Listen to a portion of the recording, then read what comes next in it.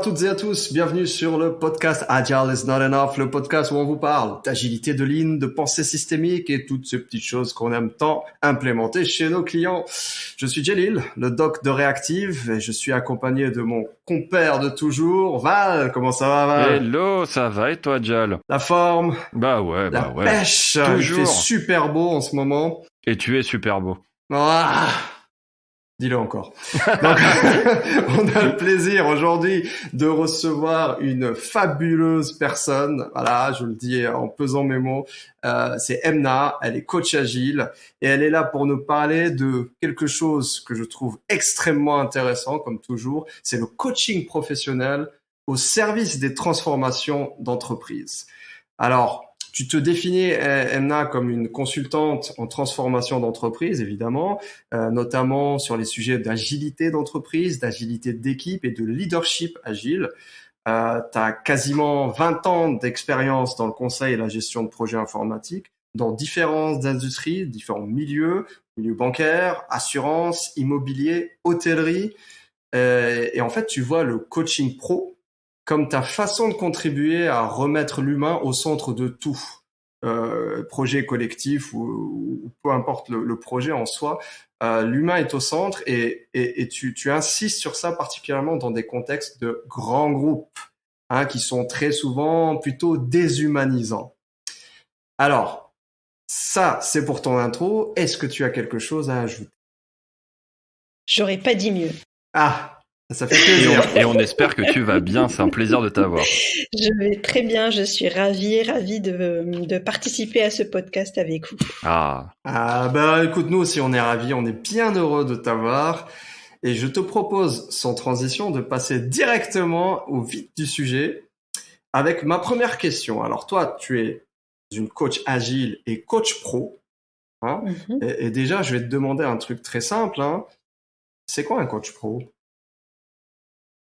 Alors, un coach pro, c'est un coach professionnel et c'est un métier d'accompagnement des professionnels pour acquérir, gagner en efficacité et en bien-être au travail.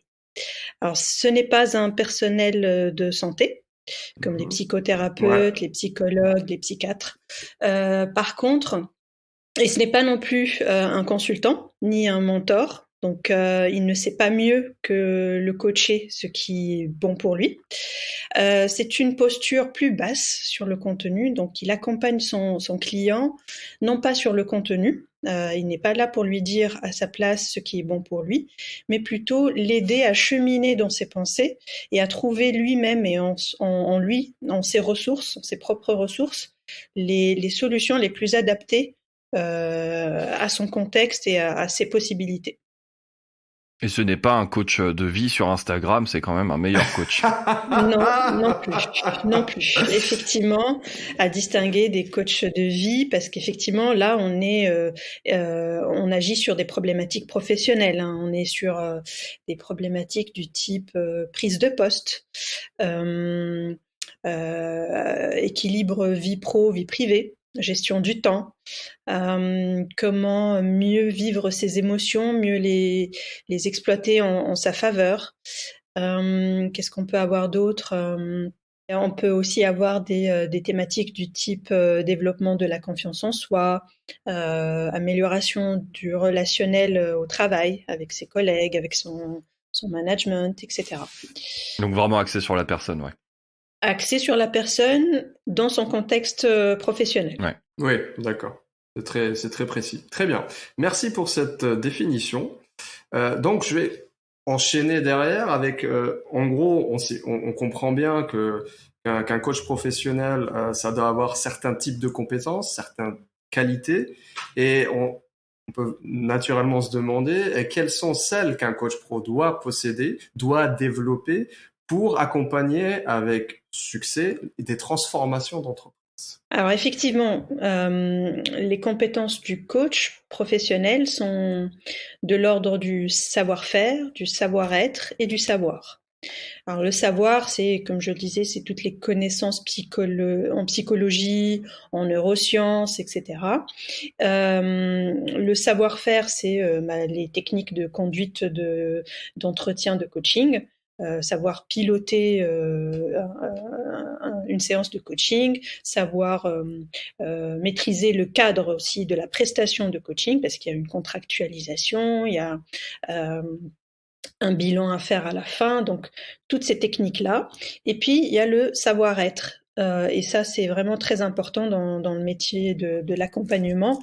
Le savoir-être, c'est-à-dire avoir la bonne posture, euh, être à l'écoute, savoir créer la relation avec son client, son coaché, instaurer un climat de confiance, de bienveillance, d'empathie, et tout ça au service des objectifs fixés avec le coaché en début de prestation. Et justement, c'est intéressant parce que tu parles de contractualisation avec le coaché. C'est-à-dire, il y a j'imagine que c'est pas un contrat que vous signez, mais que éventuellement. Si, vous signez. D'accord. Tout à fait. Tout à fait. En fait, ça marque l'engagement aussi du coaché envers cette démarche qu'il fait pour lui-même, et ça permet effectivement de mettre noir sur blanc l'engagement des uns et de l'un envers l'autre. Donc le coach s'engage à agir, ou en tout cas accompagner son client sur sa problématique. Bien sûr, dans le respect de la déontologie, etc. Il y a des sujets de confidentialité, de bienveillance, etc. Et puis, de l'autre côté, le coaché aussi s'engage à faire ce travail sur lui-même, à faire ce qu'il faut pour agir de son côté sur sa problématique, à être assidu aussi aux séances de coaching, hein, c'est le minimum aussi d'engagement qu'il peut exprimer envers sa démarche. Donc si, il y a bien une contractualisation qui se fait au début. Et ça se fait aussi sur la base des objectifs qui vont être fixés en démarrage de coaching, avec des indicateurs de réussite. On va décrire à quoi on va voir que le coaché a bien évolué dans le sens qu'il a souhaité. Et puis il y a une phase de bilan justement à la fin, où on va évaluer justement ces objectifs et ces indicateurs de réussite. Tout à fait. Ouais, donc il y a bien un cadre. Mais ce que tu décris là, j'ai l'impression, peut-être que je me trompe, hein, mais que ça s'applique à n'importe quel contexte professionnel en soi. Quelle que soit la situation que le coach va aborder avec son coaché, ça se fait bien. Est-ce que, par contre, sur l'aspect des qualités, des compétences, est-ce qu'il y en a des particulières, et peut-être qu'il n'y en a pas, hein. Est-ce qu'il y en a des particulières qu'il faut vraiment leverager, pour parler en français, utiliser pour réaliser un succès dans une transformation d'entreprise? Alors effectivement, par rapport à d'autres contextes. D'accord, oui, effectivement. Alors, dans le cadre particulier des transformations d'entreprise, un des enjeux, c'est de faire le lien entre les enjeux stratégiques pour l'entreprise ou pour le service dans lequel intervient le coaché, et les objectifs, bien sûr, individuels du coaché. Et souvent, en fait, ce genre de prestations se font dans le cadre d'un projet global de transformation. Ces projets de transformation, souvent, en fait, on va mettre le focus au début sur les nouvelles pratiques, il y a des formations qui sont mises en place, il y a des nouveaux outils, etc. Et donc ça, c'est facile à piloter. Par contre, tous ces changements induisent aussi des changements, ou en tout cas des turbulences au niveau des valeurs, des croyances, de la culture. Et ça, c'est difficile à piloter. Enfin, ça se pilote pas sur un fichier Excel. On est bien d'accord. Ah bon? Tout ça. J'aurais dit l'inverse aussi, moi. Pourtant, non, ça me semble assez évident. Qu'est-ce qu'on ne peut pas faire sur Excel? Franchement. Moi, sur Excel, je suis perdu, perso. Hein, non, effectivement, parce qu'en fait, alors, il y a de gros investissements souvent dans ce genre de projet. Et donc, il y a aussi derrière le besoin de piloter, de rendre des comptes sur le retour sur investissement, justement. Et donc, c'est facile à mettre en place sur des processus objectifs. Donc, combien de formations on a mis en place, combien d'équipes on a passé sous Scrum ou sous Kanban ou je ne sais quoi. Mais après, tout ce qui est invisible est difficile à piloter et justement du coup à quantifier, à suivre. Et donc c'est là qu'intervient le coaching professionnel parce qu'il donne un cadre et il permet de accompagner ce qui ne peut pas être piloté.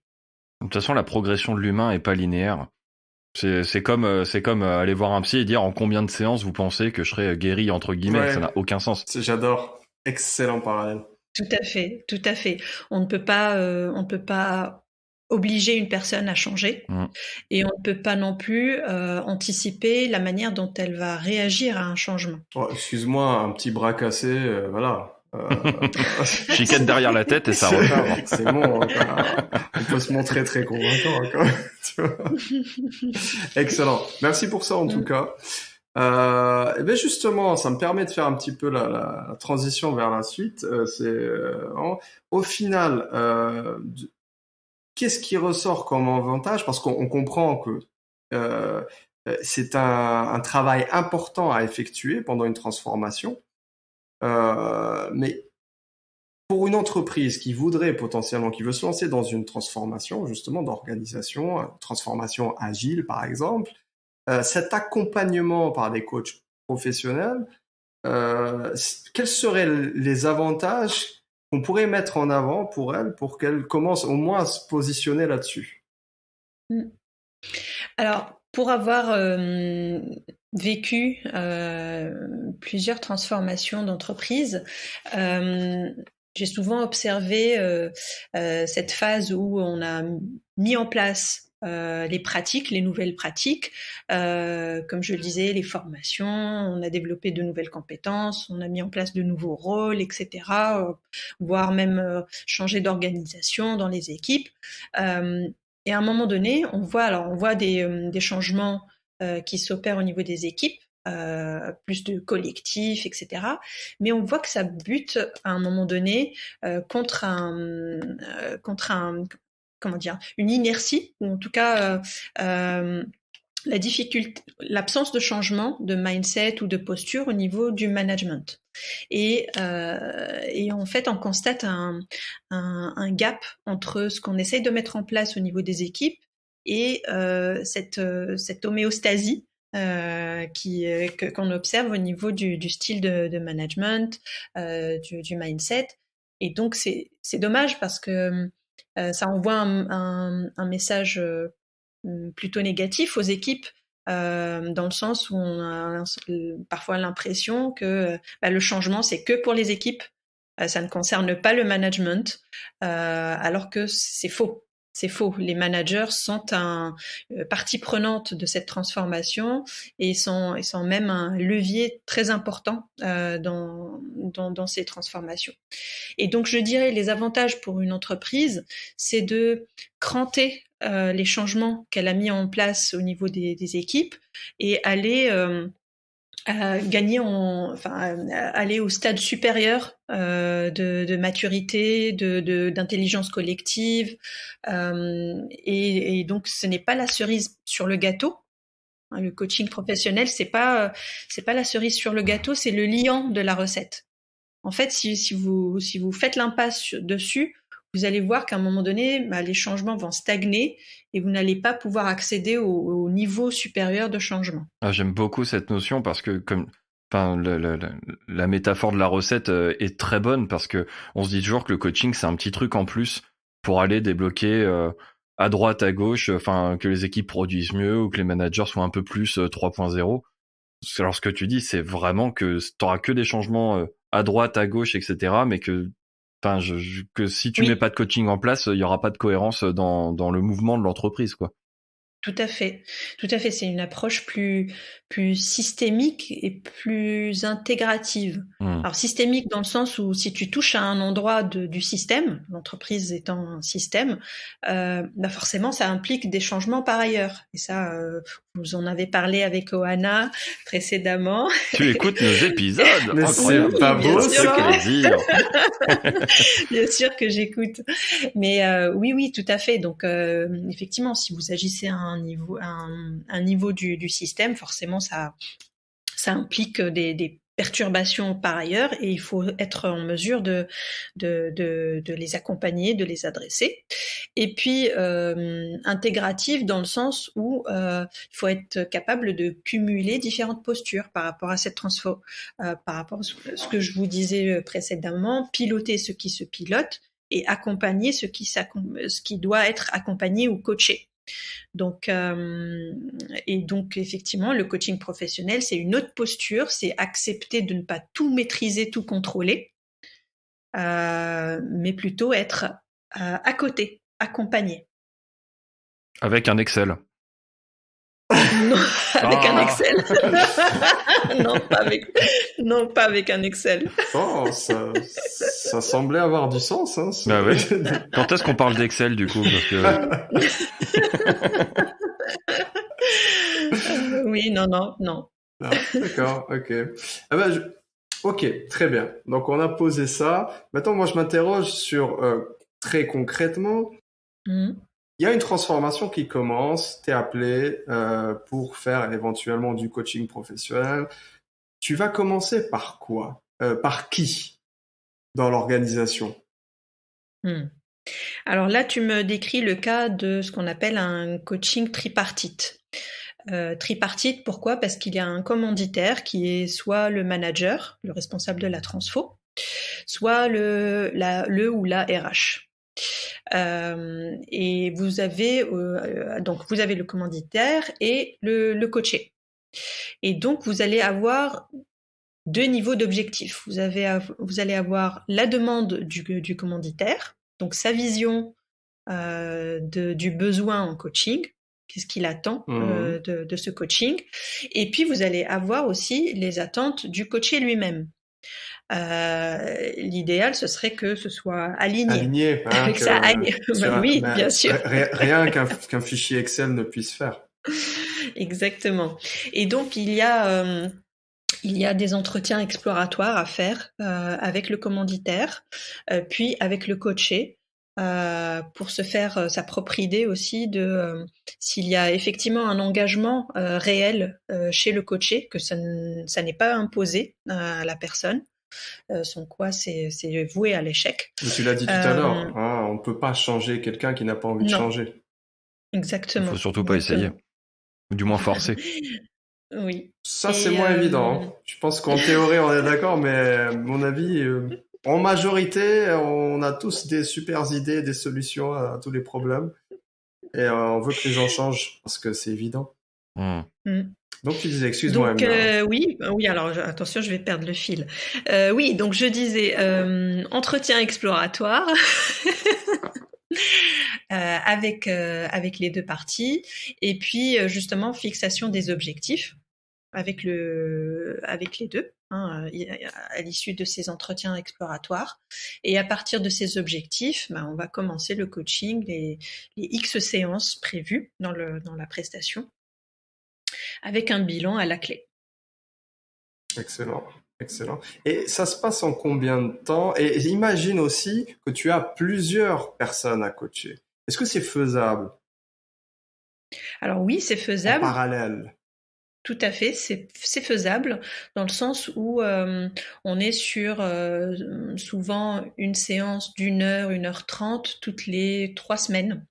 On préconise d'espacer ces séances de 3 semaines pour laisser à la personne d'intégrer les prises de conscience qui ont pu avoir lieu pendant les séances, de tester de nouvelles façons de faire, et d'apporter de la nouvelle matière pour la séance d'après, venir à la séance d'après avec de nouvelles expériences, de nouvelles expérimentations, et rebondir dessus pour travailler, continuer à agir sur sa problématique.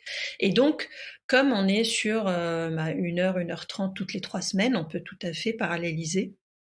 Après, il faut juste vérifier qu'il n'y a pas de conflit d'intérêt ou en tout cas une situation dans laquelle le coach perdrait en neutralité.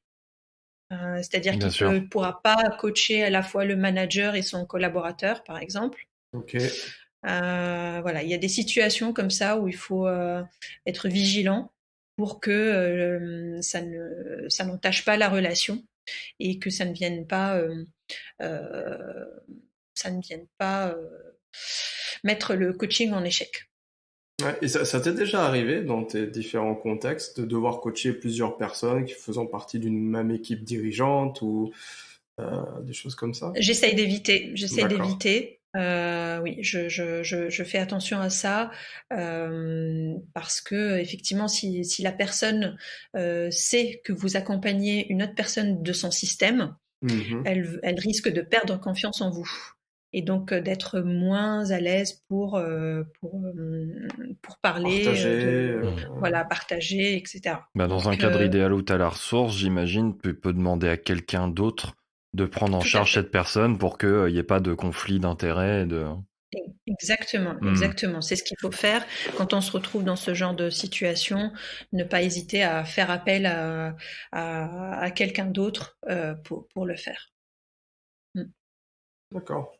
Très bien.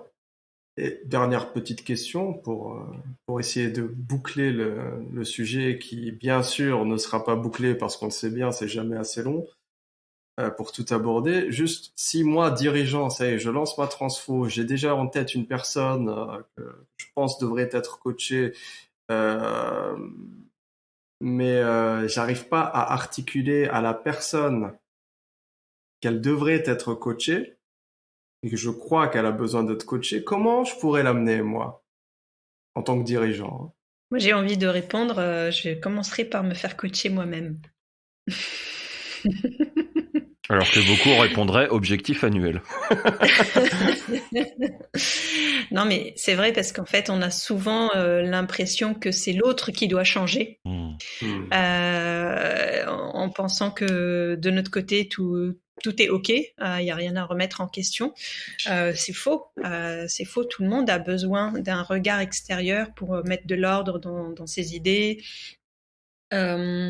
avoir un recadrage, un nouveau regard porter un nouveau regard sur les choses. Je me fais moi-même coacher, hein, donc et Comme tout bon j'en coach. vois comme tout bon coach, exactement. Et donc je dirais aux dirigeants de commencer par identifier un bon coach pour lui-même. Et pourquoi pas peut-être penser, alors, plutôt que d'aller vers on peut imaginer plusieurs modalités. On peut aussi imaginer un coaching, un accompagnement collectif du CODIR aussi. Souvent, on observe ce besoin aussi, le besoin de coacher le CODIR dans son intégralité. Puis, si les personnes expriment le besoin, coacher individuellement les membres du CODIR. Donc tu parles d'abord d'une approche coaching de groupe, le CODIR, Oui, et ensuite éventuellement coaching d'individus au sein du CODIR. D'accord. tout à fait. Tout à Codir ou fait. du groupe, Ou du de groupe, manière générale, voilà, ouais. exactement. Moi, du coup, j'ai une dernière question bis, parce que c'est un peu dans l'autre sens de Jalil, de ce qu'a posé Jalil.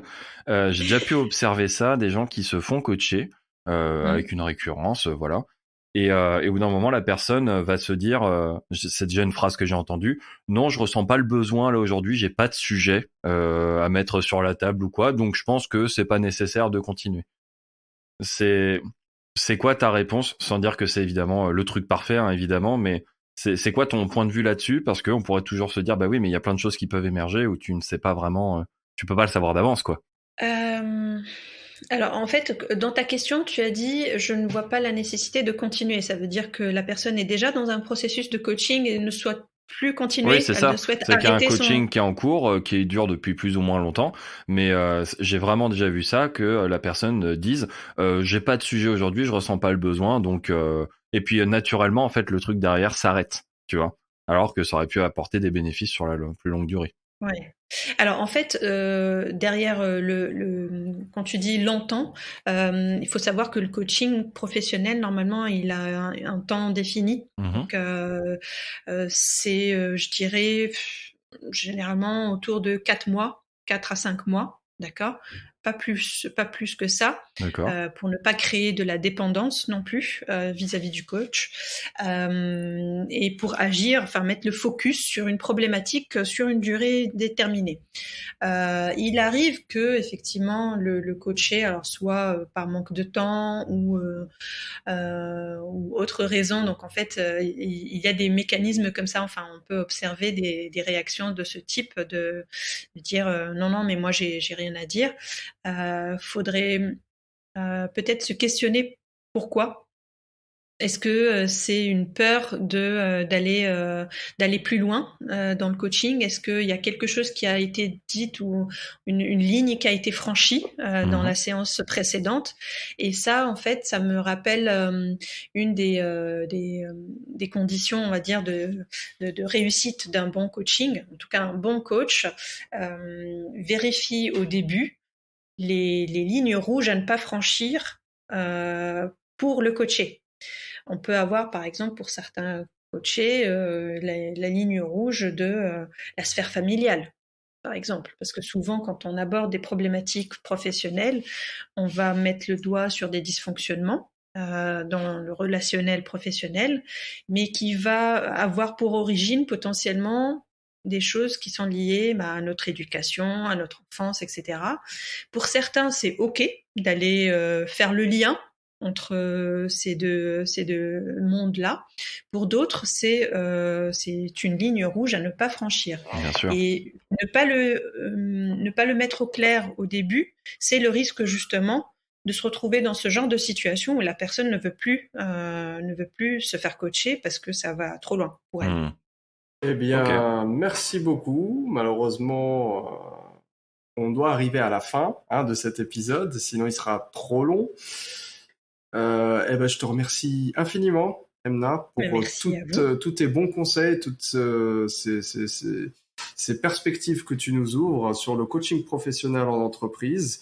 Merci Val pour ta pertinence, fulgurance, dirais-je même, toujours présente, toujours là. Merci Emna, j'ai appris beaucoup de choses, vraiment. Merci, ravi. On espère que les auditeurs auront autant apprécié que nous la discussion, et puis surtout on vous dit à très très bientôt pour le prochain épisode. Surtout n'hésitez pas à nous soutenir sur tous les réseaux où on est disponible. Notez-nous un petit 5 étoiles, ça fait plaisir, ça aide à partager aussi la bonne parole, en tout cas ce qu'on pense être la bonne parole. Et puis donc encore une fois, à très vite au prochain épisode. Ciao. Ciao, merci beaucoup.